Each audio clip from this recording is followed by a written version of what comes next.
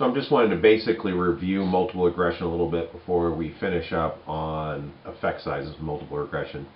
So just a reminder again that multiple regression, we have a single dependent variable that is continuous. So that's one of our first big assumptions, that there has to be an outcome, a dependent variable, and that variable does need to be continuous. However, beyond that, what defines a multiple regression from simple regression is that we have more than one predictor or independent variable. So two or more predictors. And those predictors can again include a lot more than we normally would be talking about within a simple regression. Obviously, we can put single predictors in as linear trends, and this is the assumption that a multiple regression will make unless we give it information to know otherwise. In other words, if we're simply putting in a variable, multiple regression, if we have not adjusted that variable or created that variable, is assuming that it is looking for a linear trend. As we discussed, we can put variables in that we're not actually interested in as predictors in a hierarchical regression, where we're putting them in a block to basically remove their variance to begin with. So the question, for example, we could put our covariates in first and say these are things that we think are going to be related to the outcome, and we're going to let them occupy or claim that explained variance that they explain in that outcome in our first block, to then ask the question, do the predictors that we're interested in still have a relationship once we remove those covariates? Usually if we're doing covariate analysis like this, the whole purpose of it, the reason that we would be doing it, is that we're actually wanting to find out if there is effects occurring after we've adjusted for noise or chaos or confounds. So remember, a confound is a variable that co-varies with our outcome that may impact the outcome of a study or a hypothesis. So one of the reasons we use true experiments is to try to remove confounds from ever existing.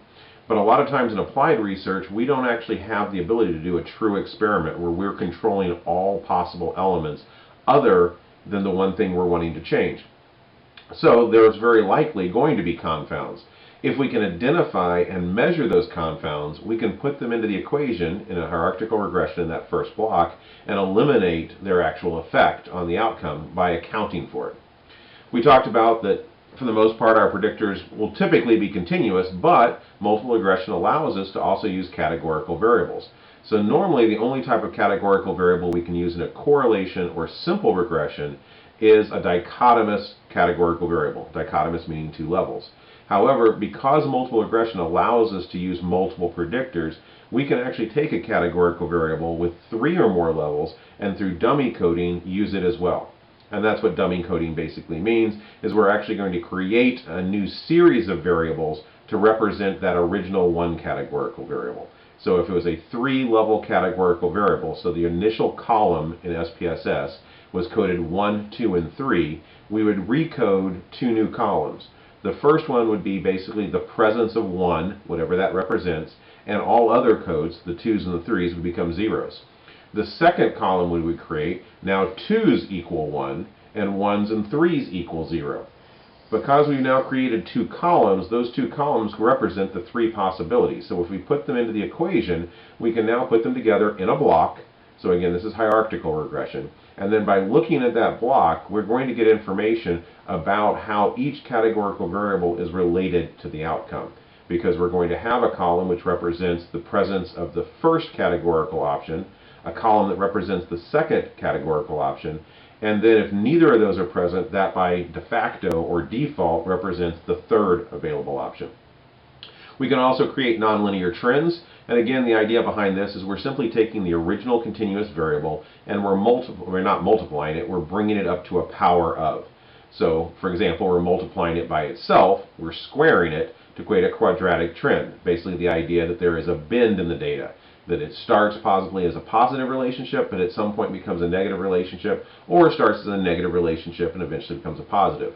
As we raise the power that we're bringing that original variable to, as we create a column variable, to the third power or fourth power, we're basically, every additional power is telling it to look for one additional bend in the data.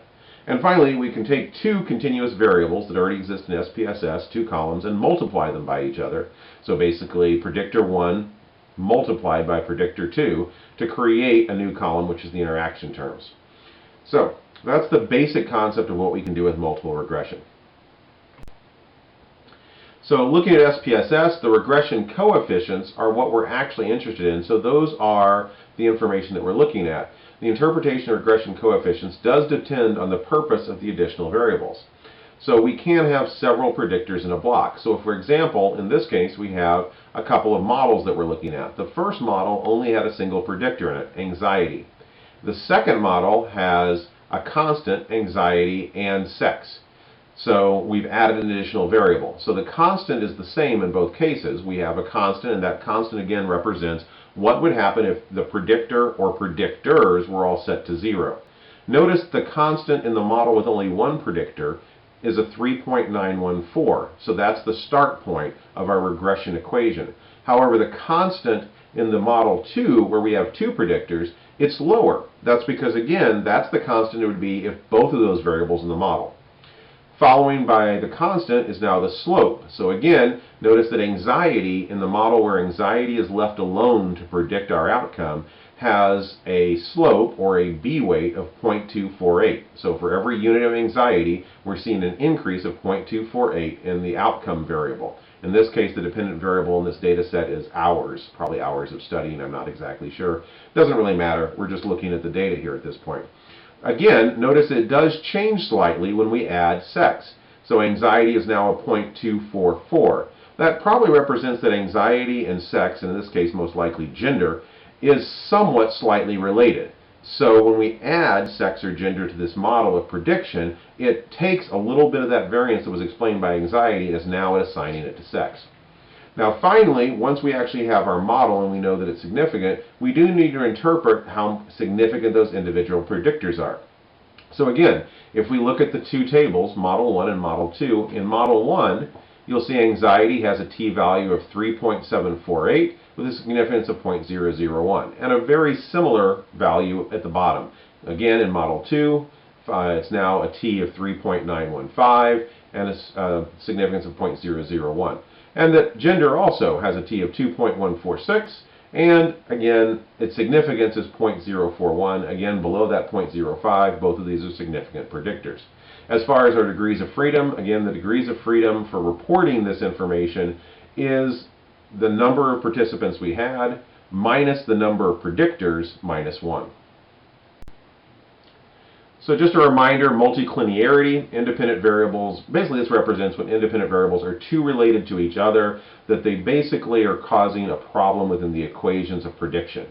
It's basically the idea that if you have two independent variables that are correlated at R of 0.90 or higher, which is one of our kind of rules of thumb of identifying multiclinearity, you've probably got two separate measures that are measuring either very similar constructs or possibly even the same constructs.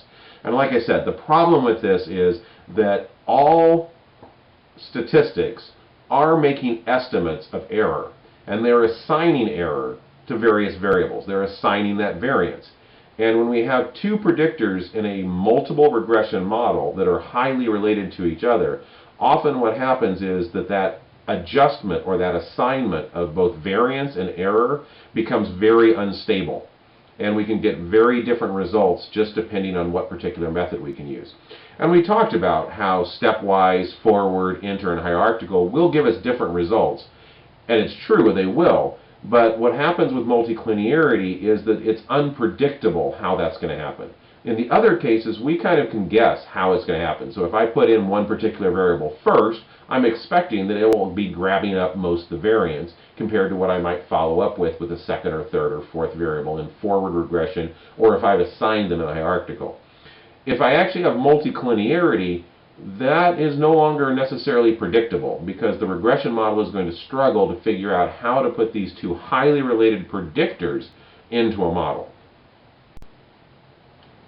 So again, just a brief review of what we can do with regression. Again, the inter method is when we have no theory, we're just letting statistics decide, and it's deciding what order to put the predictors in based on how much uniquely explained variance each predictor is predicting. So it's pretty much ignoring any shared variance between the predictors to then ask, once we remove the estimates of error, once we remove any shared variance, which particular predictor has the most uniquely explained variance, and that's the first one we put in the model, then the next one, then the next one, the next one. Hierarchical modeling is pure theory. We're going to use that especially if we are looking for covariates, because we want to control when those covariates enter the model. We're going to definitely use it if we're wanting to look for nonlinear trends, because generally we're wanting to look for the linear trend first and then find out in an additional hierarchical block whether a nonlinear trend occurs. And most likely if we're looking for interactions, because again, we'll want to put those interactions in after we've already accounted for the main effects or the individual effects of the predictors that make up that interaction. Hierarchical modeling will also be used when we're really doing hypothesis testing and we have theoretical and past research reasons to know which variables we should put in first. We can also move forward in looking at basically just trying to create a good predictive model. So this is still based on statistics, but it's a little bit more systematic in trying to find the very best predictive model on this particular sample. And again, those methods include forward regression, backwards regression, and stepwise. So generally speaking, forward regression again is going to add the largest predictor of variance, and that's not necessarily unique variance, just total. Which predictor explains the largest total variance in the outcome? We put that one in first, then it automatically, and again, we're not putting it in, the equations itself, the program is doing this for it. It's doing it all automatically at this point. And it's just then going to look what's the next biggest predictor, etc. And it's going to keep adding them till the first time it adds one and it does not significantly change the overall model of prediction, at which point it's going to stop. Backwards does this the exact reverse. It goes backwards. It adds everything in and then starts pulling out the smallest predictor one at a time as it moves towards the bigger predictor. And the first time it pulls something out that makes the model significantly worse, it stops and puts it back in. And we talked about stepwise, that basically does forward and backward sequentially, trying to find the very best possible fit to the model. Now, we really didn't necessarily talk about this, but we can also get a little bit more advanced because when we're using hierarchical regression, we're determining in what order the variables are put in, and we're also being able to create blocks of variables. So, for instance, we could have a single variable in the very first block. This is what we know in the past has been a very strong predictor. We could then have three confounds or covariates we measured, and we put all three of those in the second block. Now, when we put those three in a second block, we get to choose how they're going to be entered within that block. Do we want them entered forward, backward, stepwise, or enter? And that's why I'm kind of referring to this as a combination of systems. And then again, we could have interactions in the fourth block, nonlinear trends in the third block, and interactions in that fourth block. And again, if there's multiple interactions, how do we want SPSS to choose to look for those interactions? Do we want to do it forward, backwards, or stepwise? Now, the only time we're choosing whether we're using enter method, forward, backwards, or stepwise in blocks within hierarchical modeling is whenever we're actually adding more than one variable at a time in a block. If we are completely creating a brand new block for every variable based on past theory, for example, we have a single predictor in block 1, we have the first covariate in block 2, second covariate in block 3, third covariate in block 4, nonlinear trend of our predictor in block 5, and the interaction between our predictor and one of the covariates in block 6. In that case, we're doing true hierarchical regression. We've completely controlled the order that the program is going to look at those relationships. And again, once we have these multiple models, so whether it is we're doing enter, forward, backward, stepwise, or hierarchical modeling, we are going to get information on the process. It's going to show us how it started. So if it was backwards regression, the very first model would have everything in it. The second model would have one removed. The next model would have two removed, etc., until removing things no longer actually created a change. Or in forward, we would have the first predictor in the first model, two in the second model, and it would continue again until it found a model that did not increase the significance of the prediction, and then it would stop.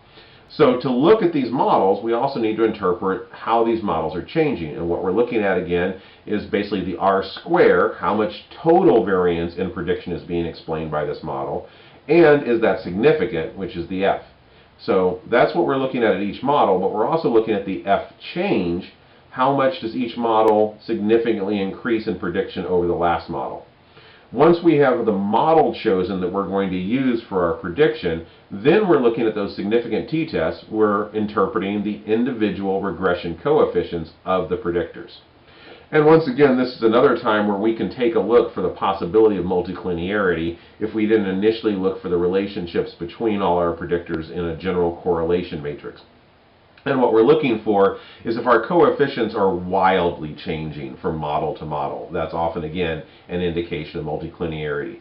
For instance, if you have a strong predictor in model 1, it's very weak in model 2, but suddenly it's strong again in model 3, that's giving you an indication that the program, the formulas in the multiple regression are struggling to figure out what to do with these highly multiclinaric variables. So again, just looking at SPSS, at this concept of model comparison, again, we have an example of 3 models that were tested, model 1, model 2, and model 3. And as we're looking at that, so the first thing is the model summary. So information is giving us that R square, it's giving our degrees of freedom, and it's giving us the significance of the F change. So we can tell as model 1 goes to model 2, goes to model 3, we are getting a higher R squared. So if you look at the adjusted R squared in this top chart, you're going to see, and again, it's not highlighted in red, but just find the adjusted R square column. It's about the 4th one through the table. You're going to see the first model explains 0.28 variance, so about 28%. The second model predicts 31%, and the third model is predicting almost 40% of variance in our predictor, our outcome. So the next thing we're looking at the R squared change. So how much is the R squared changing from model to model? Notice the R squared change initially listed for the first model is 0.31, which is higher than the adjusted R squared of the total model. The adjusted R squared is what we're actually wanting to look at in the model. R squared by itself tends to overestimate. So the R squared that we actually get out of multiple regression is usually an overestimation of how much variance is being explained. And therefore, when we really want to report how much we're actually explaining with the variance, the effect size that we want to use initially is that adjusted R squared. However, the R squared change is based on the unadjusted R squared change. So again, R squared change in this case, the first model, there is no change. It's 31% of variance explained. So the non-adjusted R squared. As we go to model 2, we're increasing 0.05. So about 5% of variance is being further explained by that next model. Model 3 is adding almost 10% of the variance explained. Next thing we're looking at is the F change. So again, how significant is this model at prediction? Now notice that again, the F change is showing how much the F is changing from model to model. But what we're really interested in is the significance of the F change. So for example, notice that when we go to model 2, it actually is not a significant increase in prediction. The significance value, the significance of F change is 0.159, or basically 0.16. So we have a P of 0.16, above 0.05. But in this case, model 3 actually finds that we do have a significant increase over model 1. So model 2 would be thrown out, but model 3 is something we want to use. So most likely this was actually either being done through a hierarchical regression where we forced SPSS to make the multiple regression look at all 3 of these models, or this would have likely have been a stepwise regression. Because if it had been simply enter, model 1 would have been tested, model 2 would have been tested, found to be not significantly better, and it would have stopped. And that's a good illustration again of why we have to be very careful what type of multiple regression we're using, because different types will give us different results. Then we look at the coefficient. So we know model 3 is the one that we want to use. It's the significant improvement. It explains more variance. So now our question is, what are the significant predictors within model 3? And that's where we're going to go to this bottom chart, where we're actually going to interpret both the regression equation, so what is the constants for this regression equation, the slopes, so what is the increase or decrease in our predictor for every one level of depression, anxiety, and sex. And this is the unstandardized B, that second column on the bottom chart. We then actually want to look at the actual, whether it's significant or not. And again, notice in this case that the overall model, actually depression is not significant. So the regression coefficient for depression is a T of negative 1.167 and the significance of 0.25, above 0.05. So actually the 2 predictors that are actually significant in this model are anxiety and sex. Depression actually is removed at this point. Now, notice that depression was a significant predictor in the first model, it was a significant predictor in the second model, and now it's no longer a significant predictor once we add anxiety. That isn't a guarantee of multiclinearity, but it probably does mean, as we well know, that depression and anxiety often are somewhat related to each other. The final thing this actually tells us, if we have a better understanding of multiple regression, is that because there is a non-significant predictor in Model 3, we now know this wasn't a stepwise regression. This had to have been a hierarchical regression. We told SPSS what we wanted in Model 3, and we told it to put all three of these in. And that's why just looking at whether the model is significant is not necessarily enough. We also then need to look at the model's coefficients to find out within that model what are the significant predictors.